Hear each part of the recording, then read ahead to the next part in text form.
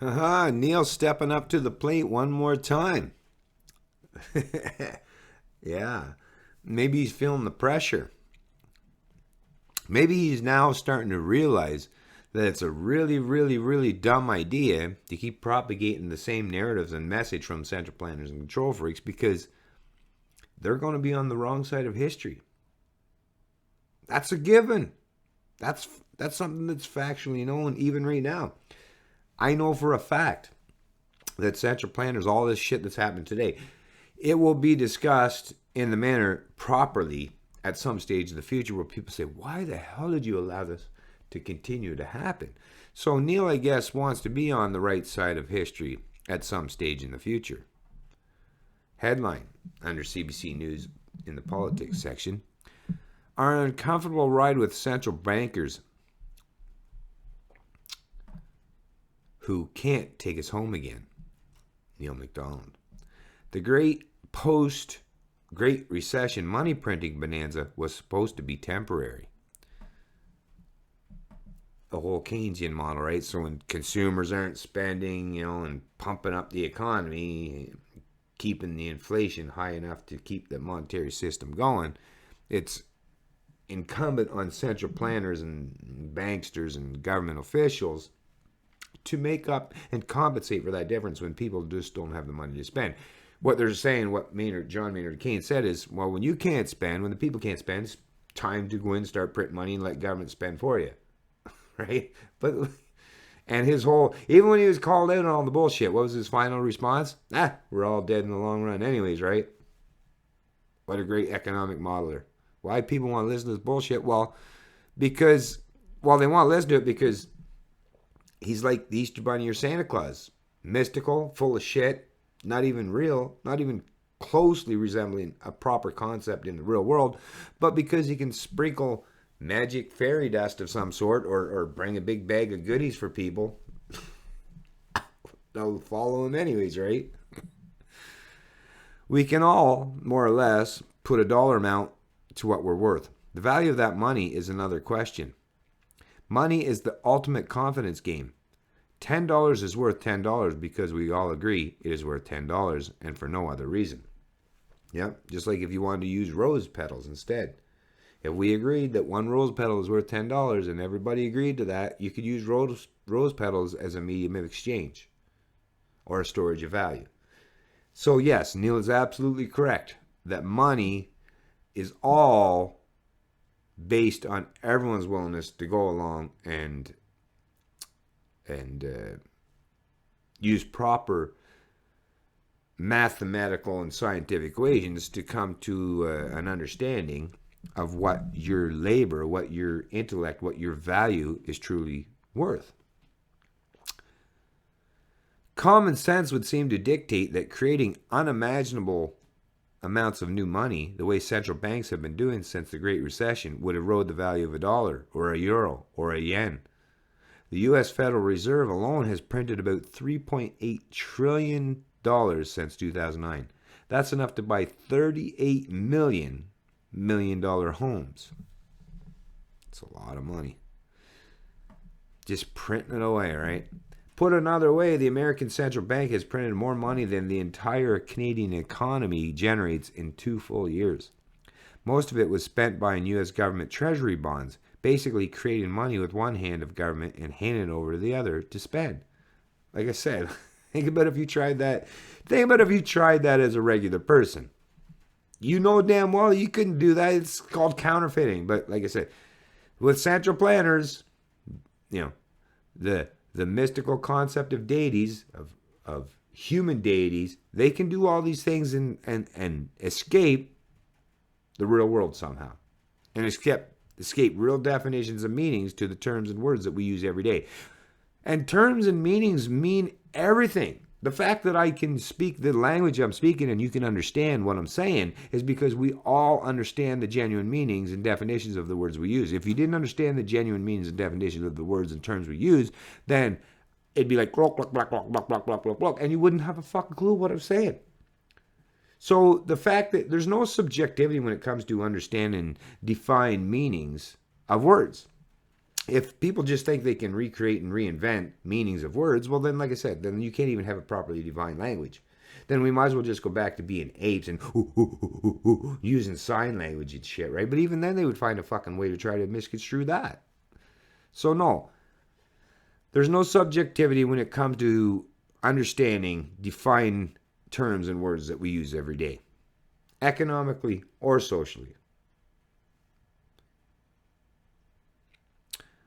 Of course, the money printing distorted everything. As intended, it drove down interest rates to nearly zero, punishing old-fashioned virtuous behavior, robbing savers of returns on their investment while rewarding those who live beyond their means and bailing out scoundrels.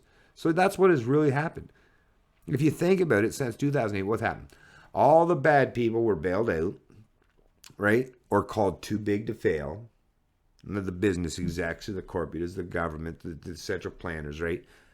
And the people that were prudent, savers, those who were wise enough to put a substantial portion of their wealth aside to save for future date, that's being depleted on a regular basis through the debasement and inflation of prices. So the people that were prudent are being punished while the most irresponsible among us are being rewarded. I mean, like I said, you just can't continue to do that without having massive negative consequences and ramifications as a result.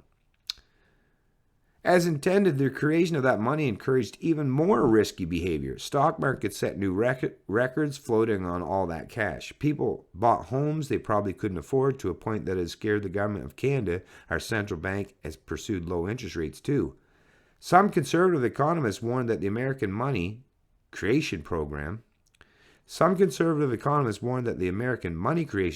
called quantitative easing carries inherent perils, that it was monetizing government debt, among other things, and therefore encouraging proliferation, basically telling Congress to spend away. We'll just print more cash. Of course, it's like I say, like the central planners that have fucked everything up just don't want to have to deal with the reality of the consequence of all those fuck-ups playing out in the real world, because there's a lot of major negative consequences that'll happen to the regular people as a result. And they know that the people will be coming back at them with the pitchforks and fucking anger and carrying their fucking torches, right? That's what it comes down to. So central planners are just trying to manipulate and distort things further to keep the shit going along just long enough so that they can retire, hide off in their corner or in their gated communities, and not have to feel the consequences or ramifications for their bad fucking actions that they propagated towards the people, towards the masses.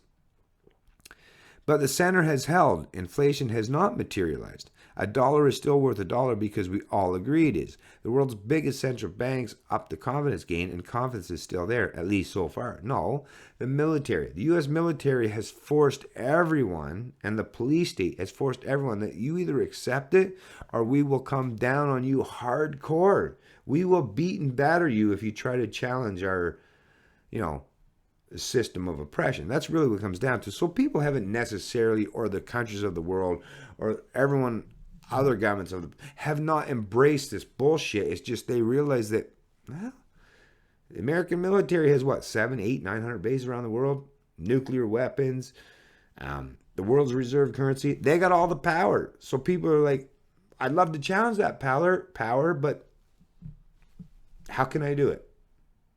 You need everybody to be on board. And at this stage of the game, you can't have just a few small portion of the populace changing things. You need everybody, or at least the majority of people, on board, so that they're not pretending and believing in these people's power. That's how you end this shit. But because most people still believe in the pretense of having legitimate authority, the central planners still keep the masses confused and confounded and keep the system humming along at this stage of the game.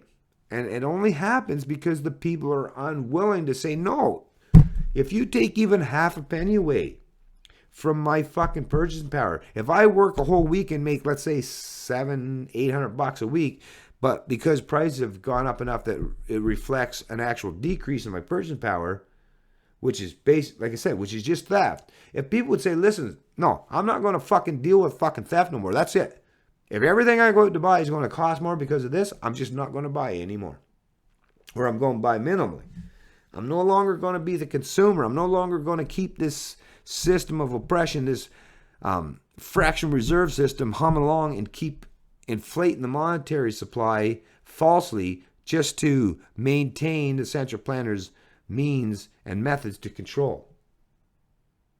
If people would just stop allowing it to happen, stop your consumerism, yeah, it would suck for you in the short term. But you know what? It would only take, if everybody did it, but that's the thing, it's all about scale.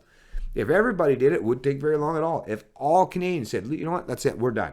It would only take maybe a week, maybe not even that long, before people would be like, oh shit, the central planners would be panicking. But if only a small percentage, like what we're currently living today, where there's only maybe 1-2% of the population that's actively working hard, but although even if they're the smartest and some wealthiest and some very intelligent and affluent people, you're still not going to have that kind of power or influence. So the central planners are like, as long as there's only a very small finite amount of people that are challenging our authority and our ability to centrally plan and manipulate their value or their net worth, yeah, we can still keep this system humming along a little bit longer. Anyway, we were told by the central banks and liberal economists quantitative easing was only a temporary measure and things would return to normal as soon as possible, right? Like I said, the Keynesian model. But that was in 2008, the whole bailing out and shit, 2009. We're still 6, 7, 8 years, some of it, into the future, and they're still doing it. So obviously it hasn't been very temporary. I mean, when you get to the point where you get close to a decade, that's not very temporary, right?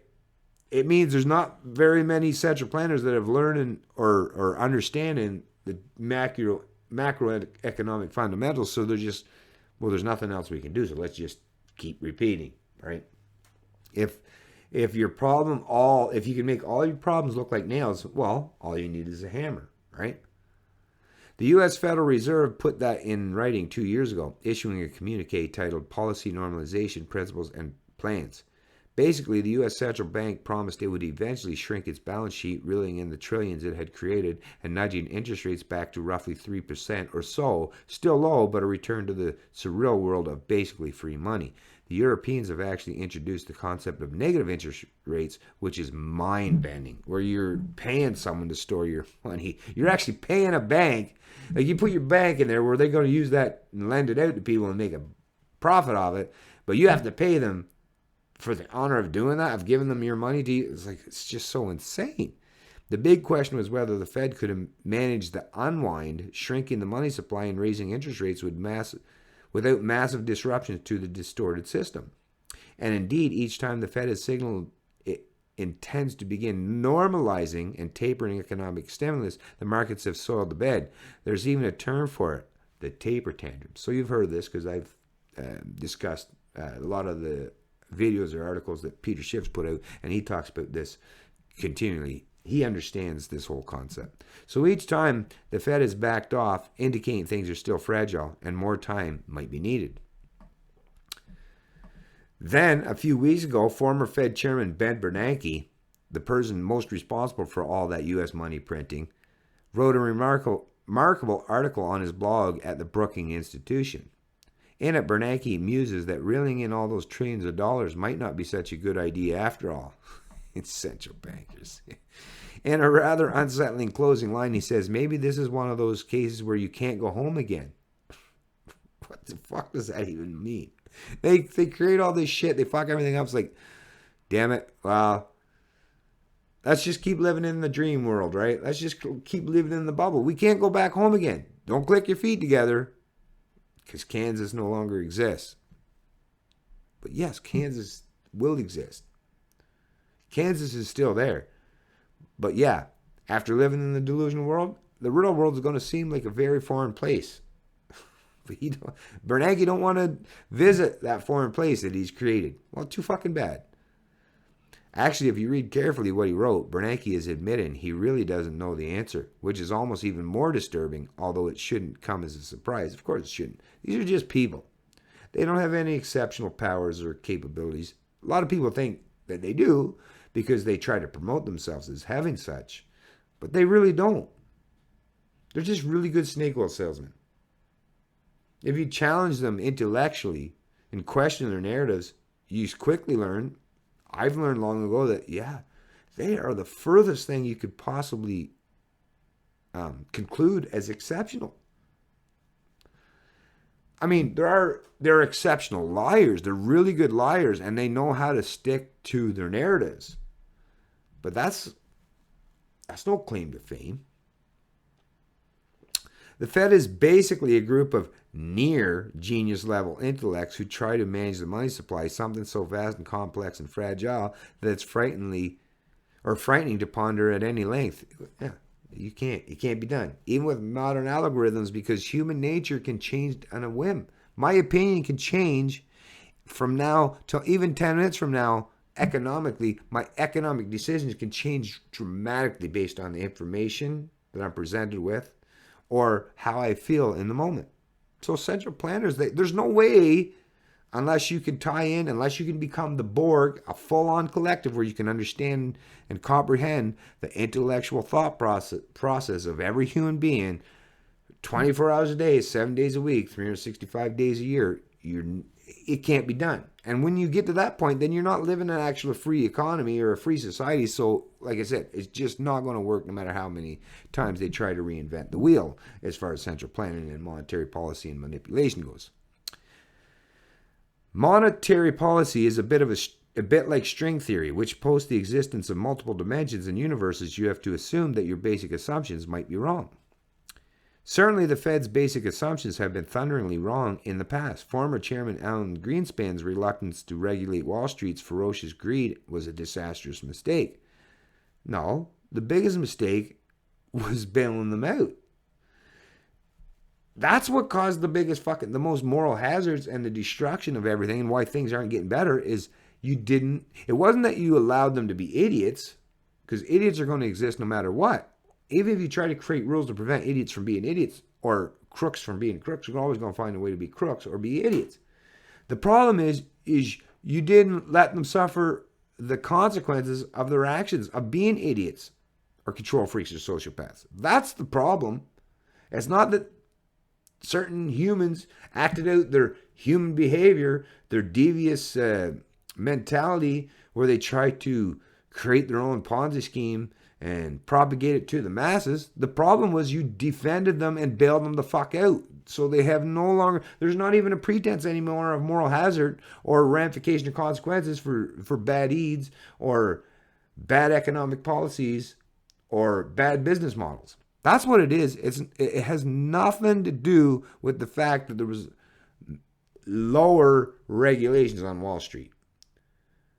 Because every time there's a regulation, lobbyists from Wall Street come in to try to reinvent the wheel and make it so it works in their favor, not against them anyways. So that has never worked. I've never seen any stage of game where that has worked. Governments and allowing, given the perceived authority of these fuckers to do what they did, and then bailing them out and using taxpayer dollars, that's what destroyed everything. Dumbasses. As it turned out, Greenspan, the American consumer, bought into a myth. Housing prices could not only fall, they could implode. Still, economists such as McGill University's Chris Reagan and Lawrence Booth at the University of Toronto's Rotman School are unbothered by Bernanke's new proposal. Both seem to see it as a normal evolution in thinking. It has, they say, become clear that new mechanisms have emerged to control interest rates, which is what matters. Massive money printing, says Reagan, puts us in unknown territory. That was a concern. At the time, we felt we could get back home and onto the comfortable couch. But the unknown territory is increasingly comfortable. Do we really need to get back? So like I said, these central planners, hey, just keep the scheme going. Just keep it going, keep it going, keep it going. And in the long run, we're all dead anyway. So they're not even willing to learn. There's a few more sentences, maybe paragraph or two left in this article, but it doesn't deal with a whole lot more that I feel that has to be covered in this video. So if you want, like I say, like I always do, I'll post a copy to the link in the description of this video, to this article. You can finish reading it if you want.